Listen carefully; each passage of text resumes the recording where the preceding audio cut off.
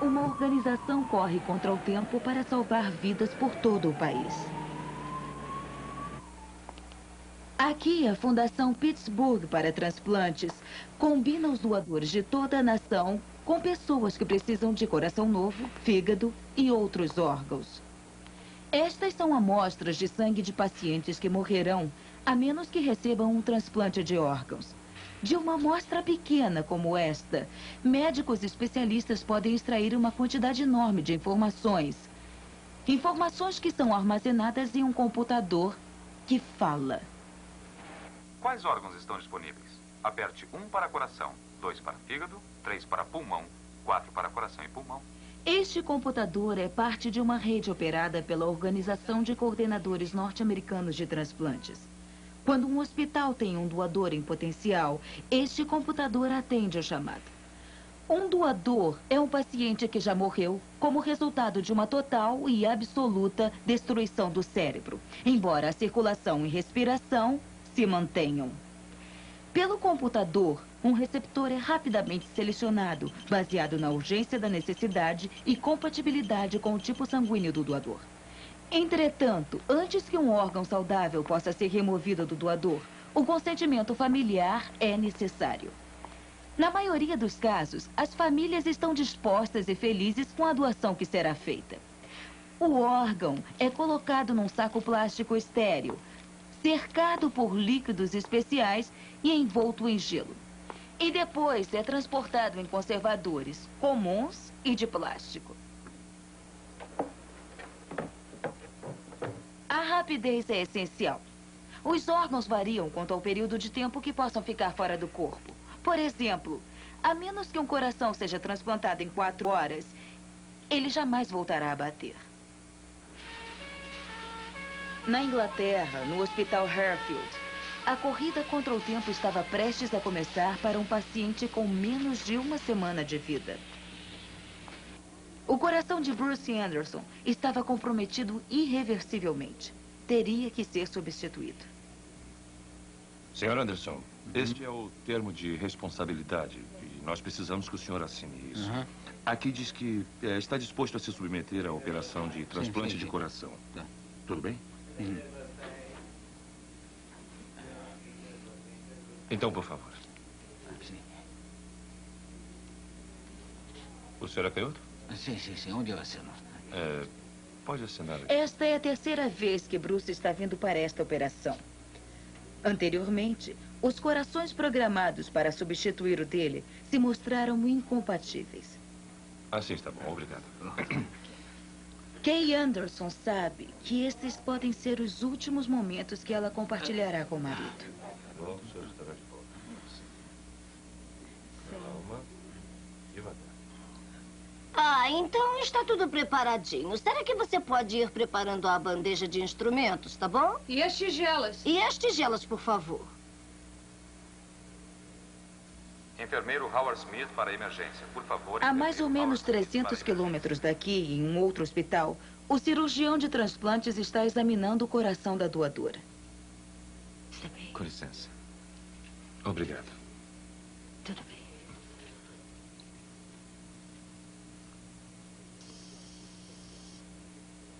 Chegou a notícia do cirurgião de transplantes.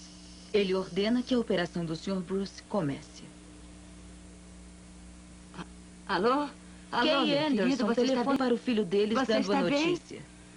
Está lembrado do que disse ao papai? Está lembrado do que disse ao papai? Pensamento positivo. Ele acaba de entrar para a cirurgia, querido. Tudo aqui tem que ser coordenado perfeitamente. Antes mesmo da chegada do coração novo, o peito do Sr. Bruce é aberto. É um risco necessário.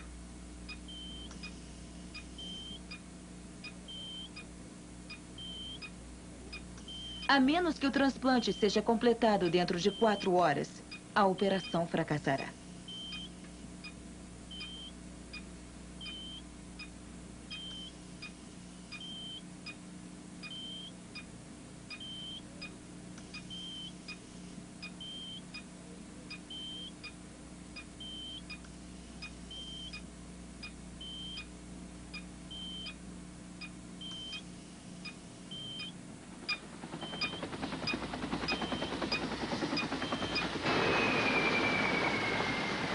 Exatamente conforme os planos, um helicóptero pousa num campo das proximidades, trazendo o cirurgião de transplantes e o coração.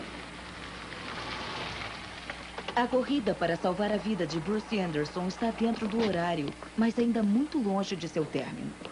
Quanto mais se demorar para colocar o coração dentro dele, maior será a chance de que a operação não tenha sucesso.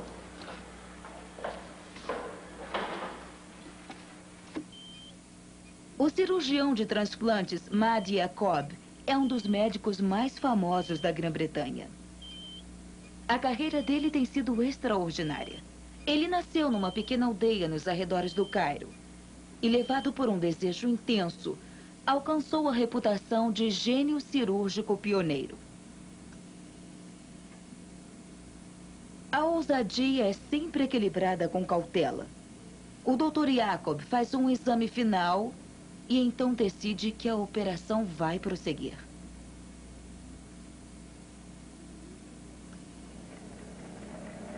O Dr. Yacob dá a ordem para ativar a máquina de desvio.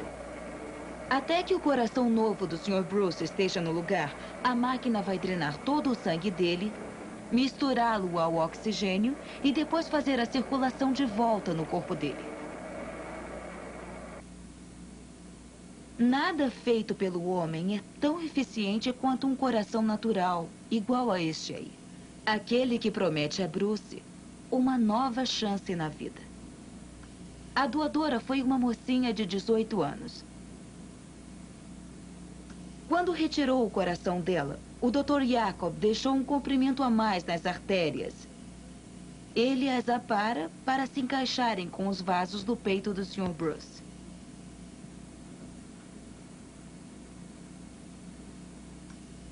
Agora, o Dr. Yacob dá o único passo que não pode ser desfeito. Uma série rápida de cortes habilidosos permitem que o cirurgião remova o coração do Sr. Bruce.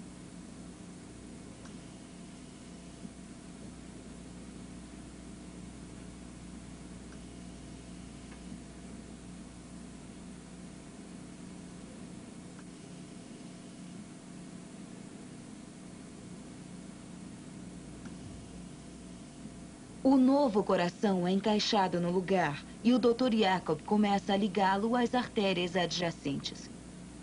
A cirurgia de transplante seria impossível sem um equipamento sofisticado moderno. Mas este trabalho crítico somente pode ser feito pelo instrumento médico mais antigo, a mão humana.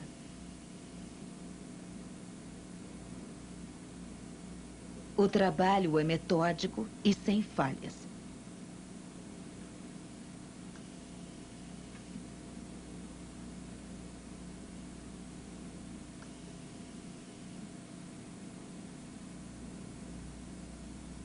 Já se passaram horas desde que o coração novo foi removido da doadora. E agora, ele precisa ser revitalizado. Para restaurar o seu funcionamento, um pequeno choque elétrico é necessário.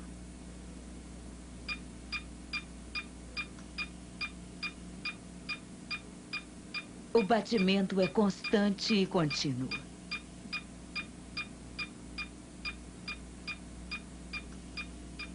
O Dr. Yacob comemora o triunfo com sua marca registrada, ouvindo música clássica.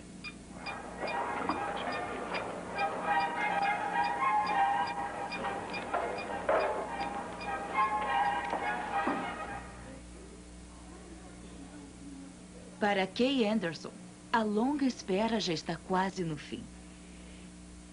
Olá, Bruce. Depois de aproximadamente 6 horas na sala de cirurgia, o marido dela é trazido para a unidade de recuperação. Bruce, aperte os meus dedos. Aperte a minha mão. Vamos lá. Aperte a minha mão. Bruce? Tudo bem? Kay é autorizada a ver o marido. 2h30 depois. Bruce, você está bem? Bruce, tudo bem, querido? Saiu tudo certinho. Desconforto. Desconforto, eu sei. Não fale, meu amor. Está lembrado? pensamento positivo. Seu chazinho. Obrigado. E para a senhora? Obrigada. 12 horas após a cirurgia. Para um inglês, o chá tem um significado especial. De algum modo, tomar uma xícara significa que tudo vai acabar bem. Está gostando? Estou. Que bom. 2 dias após a cirurgia. Deve fazer 1 minuto. Já é muito tempo de exercício, não é?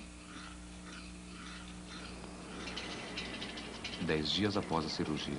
Um transplante de coração conseguiu mais do que salvar a vida de Bruce Anderson. Fez a vida valer a pena. Um plano de conversão de energia de Nova York importa 180 toneladas de lixo por dia no Canadá. Acredite, se quiser. Isto aqui é uma camisa de força. É feita de lona forte. Se você algum dia tiver a infelicidade de ser amarrado numa delas, os seus braços ficarão presos atrás de você assim.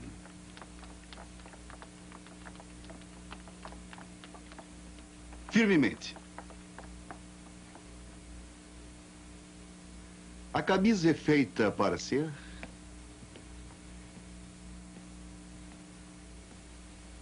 a prova de fuga.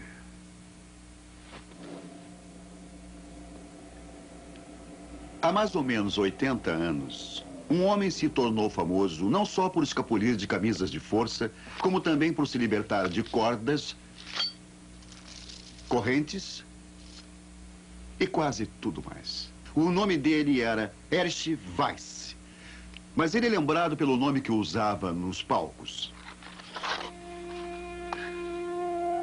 Houdini. Ele começou como um mágico comum de palco, mas ele sonhava com a grandeza. Para alcançá-la, ele foi além das ilusões e truques de rotina. Ele se tornou um mestre das fugas.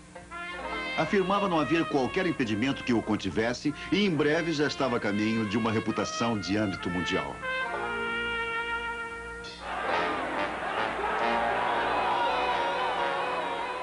Houdini era um homem de espetáculos, brilhante e prático.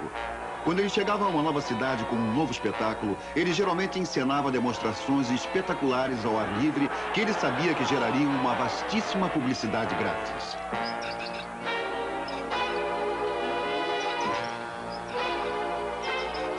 O estilo de Houdini não era meramente o de escapar de camisas de força. Ele tentava isso ficando suspenso de cabeça para baixo a 7 andares acima da rua.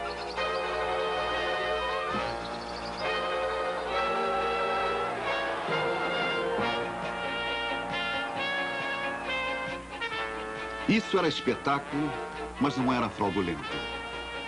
Houdini frequentemente arriscava a vida para garantir lotações esgotadas para suas aparições nos teatros. As escapadas dele exigiam coragem, tutano e uma enorme habilidade atlética.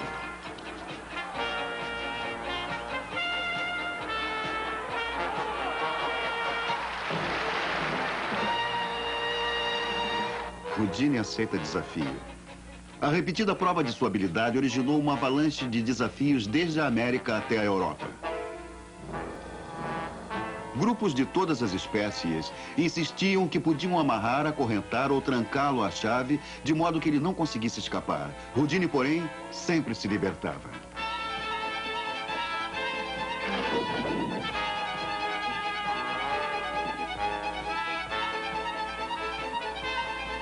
Pelo fato de que uma simples falha pudesse arruinar a carreira de Houdini, ele não dependia apenas de sua habilidade atlética. Houdini foi a vida toda um estudioso autodidata cujo assunto era cadeados. Cadeados de todos os tipos, tamanhos e formas, de todas as partes do mundo, inclusive este gigantesco espécime. Ele parece forte e sólido, mas assim que Houdini estivesse a salvo fora das vistas, atrás de uma tela ou debaixo d'água, ele usava os dedos para apertar uma mola secreta que abriria este compartimento. O cadeado era realmente uma caixa secreta e ela continha um jogo completo de chaves mestras e gazuas. Tudo aquilo de que Houdini precisava para abrir qualquer tranca já fabricada. Algumas vezes, entretanto, Houdini não pôde usar o seu cadeado. E algumas vezes, as coisas não saíam conforme os planos, segundo nos recorda o amigo dele, Walter Gibson.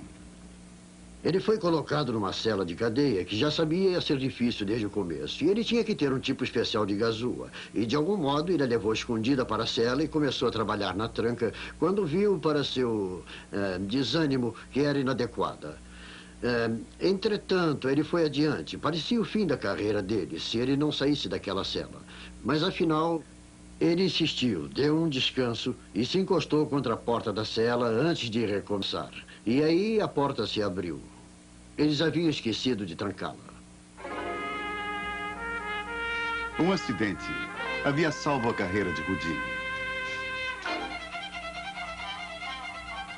Inevitavelmente, Houdini foi atraído a uma forma muito popular de entretenimento recém-desenvolvida: o cinema. O mestre das escapadas foi para Hollywood para representar um personagem chamado Quentin Block. Os vilões sempre o subestimavam e a sua espantosa habilidade.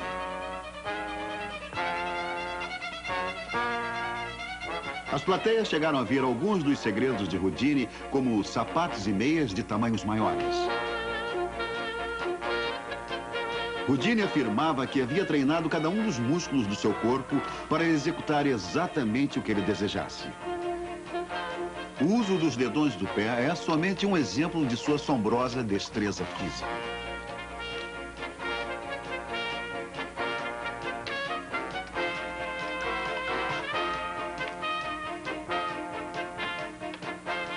Ele abria a porta não para passar por ela, mas sim para criar o apoio de que precisava para desatar o nó com os dentes.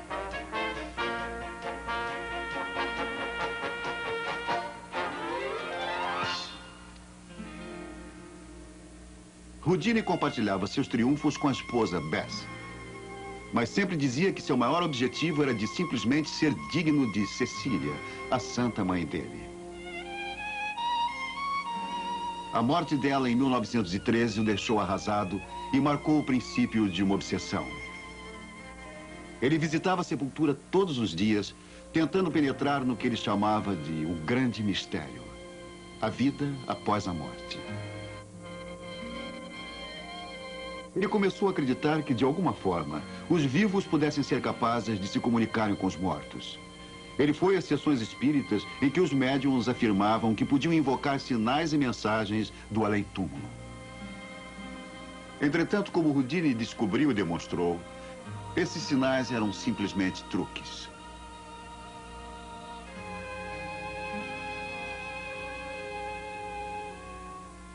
Ele continuava, porém, com a esperança de que uma comunicação verdadeira fosse possível. E ele levou essa esperança para o próprio túmulo. Na tarde de 22 de outubro de 1926, um fã testou o afamado preparo físico de Houdini com um inesperado murro no abdômen. Aquele murro rompeu o apêndice de Houdini e, menos de 2 semanas depois, ele morria. Mas esse não é o fim desta história.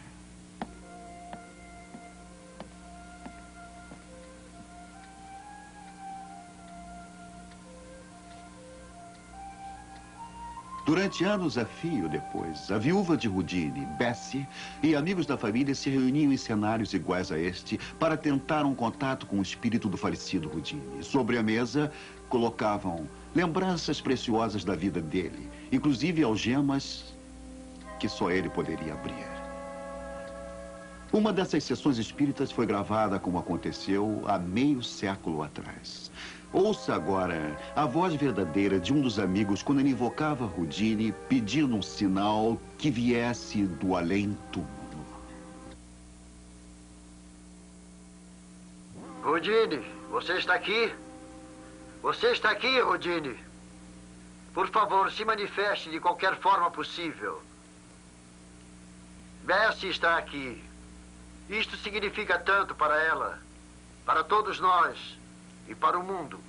Estamos de vigília e esperando, Harry. Levite esta mesa. Movimente-a.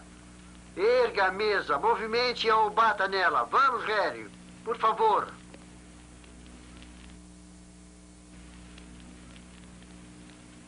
Já chegou a uma conclusão? Já. Houdini não se comunicou. O santuário de Houdini tem ardido há 10 anos. Eu agora, reverentemente, desligo a luz. Boa noite, Harry. Finalmente, até os seus mais devotados admiradores tiveram de admitir que o grande Houdini havia feito a última escapada. Para pegar criminosos, um novo sistema de segurança prende invasores com espuma instantânea que mais parece um banho borbulhante. Acredite, se quiser. As árvores estão verdes e a grama alta. Para os animais, há bastante para comer e liberdade de movimento onde quer que a chance ou seu instinto possa levá-los. De um modo geral, não se pode chegar perto de um gamo, mas estes são quase que dóceis. São propriedade do naturalista Hubert Wells e eles ficaram tão acostumados com gente que até comem na nossa mão. Estes gamos têm uma vantagem que outros animais selvagens não têm.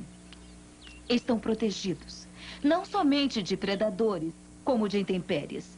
Nas selvas não há ninguém por perto para dar uma ajudazinha quando as folhas começam a cair.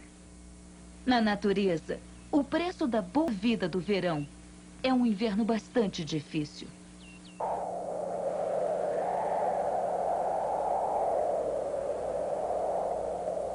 Quando os ventos frios transformam os prados viçosos numa vastidão congelada, algumas manadas de búfalos se acotovelam na neve.